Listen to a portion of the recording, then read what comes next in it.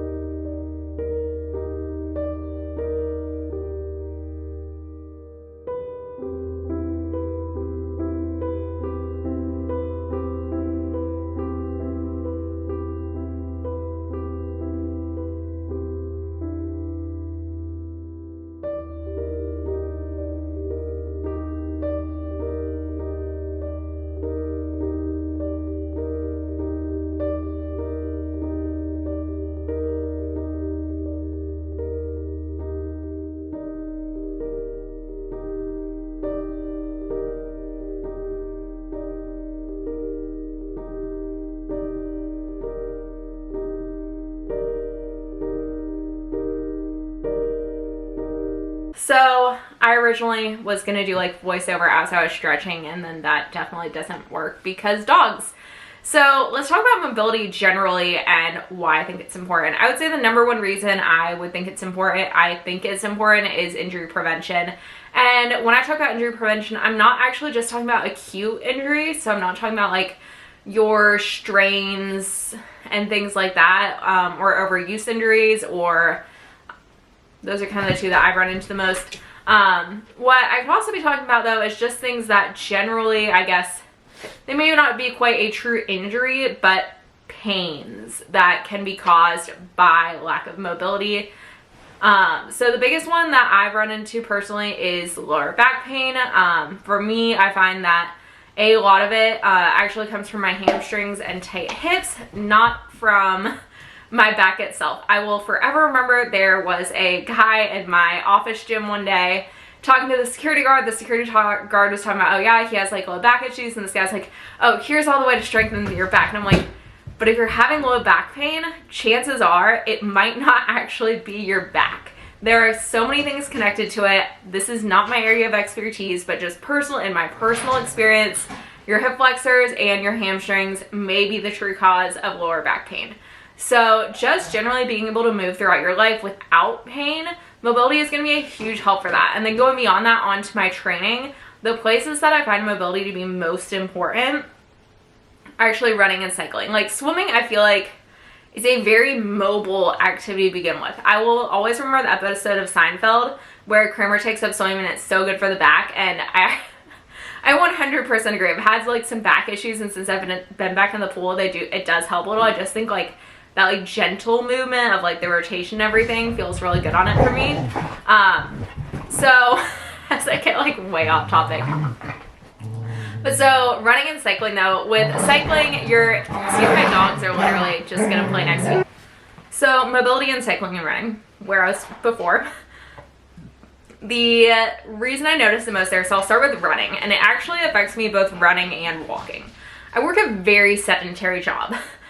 My computer desk is right over there. My house is not huge, so it's not like I'm walking all over the place during the day. I do walk the dog some, but as I had a more sedentary life than I did up until I became an accountant, really, I've noticed a lot more pain in my hip flexors, and I can actually feel the tightness in them when I get up and walk my dog. Sometimes, like if I'm on the treadmill, I can feel it.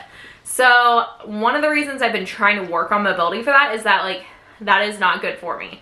I do not want to create more issues by letting that get worse. So I have been working on my hip mobility to hopefully help with comfort while running and walking, and just to open up my hips a little bit more, which I'm hoping will also help my stride when running. That part I'm not 100% sure on. I do want to learn a little bit more about running technique right now after my injury that I'm going to talk about in the next video that comes up like a day after this. So yeah, that is running. Cycling, I feel like in cycling there are a few different places where I feel like mobility plays a big role. So one being in actually like the back of your hips and your hip flexors. So thinking about if you're in an arrow position, your body is becoming much more compact. So like here's like if you're sitting straight up and down, and then as you come down, this is if your leg is straight down, but then as your knee comes up, you're gonna have a very small angle between your knee and your torso. And one of the things that sometimes is gonna happen at that point, as your quad comes more toward, or your femur, thinking bones, let's talk bones instead of muscles, as your femur comes more and your knee come closer to your torso, is that your hips may shift. And it is, what I've found at least, my understanding is from like a efficiency perspective, you don't want to be in such a position that your hips start to shift. You want to be able to kind of keep your hips and pelvis stable on your saddle. The other places that the other place kind of that I find mobility really important is also going to be actually like in your traps and shoulders. So thinking again about being in the air bars, especially coming from a swimming background, I'm very much like this. My shoulders are rounded and forward versus back and down. And I would say like, I've actually heard some things on posture recently that I find really interesting. Just like, you need more of a neutral. You don't need that like full back and down. You also don't want to be here where I am a lot of the time. But I think about when I'm in the arrow position, being here, again, my shoulders kind of want to come towards my ears all the time.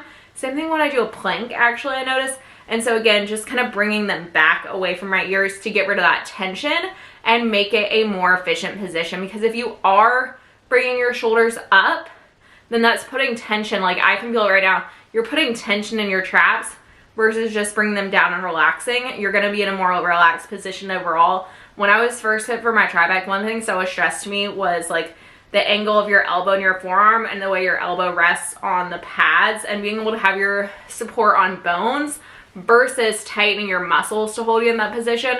You want to be as relaxed as possible because you are going to be in that position for so long. So that's kind of where I am on some mobility. Another one, just running related, which I wouldn't say is mobility as much as just flexibility, is going to be my calves, just because I've had plantar fasciitis in my left foot previously and currently, and just that a lot of times, if you have really tight calves, that is going to make that worse. So I just try and make sure I also incorporate that stretching to help with my running. So overall, I think that mobility is something very important that we should all, regardless of what you're doing, regardless if you're a triathlete, runner, swimmer, person that just really enjoys bikes like I seem to be lately, who also happens to work a desk job and needs to move around a little bit more, I think everybody could benefit from more of it. My New Year's resolutions were obviously were very like food focused this January. I think with my February goals, mobility is definitely one of the things that is going to pop up in there, just to try and again keep me on track with my goals, keep going in the right direction regardless of the setbacks, which I will talk about in my next video that I've experienced this year. So if you enjoyed this video, please hit the like and subscribe buttons down below, and I will catch you in the next one.